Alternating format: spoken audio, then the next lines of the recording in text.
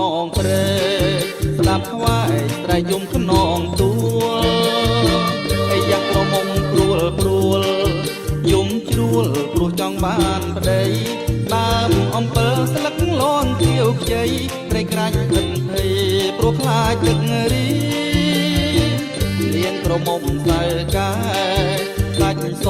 ក៏តែឈ្មោះព្រីអាស្រឡាញ់សង្គមខាងពីគង់ទី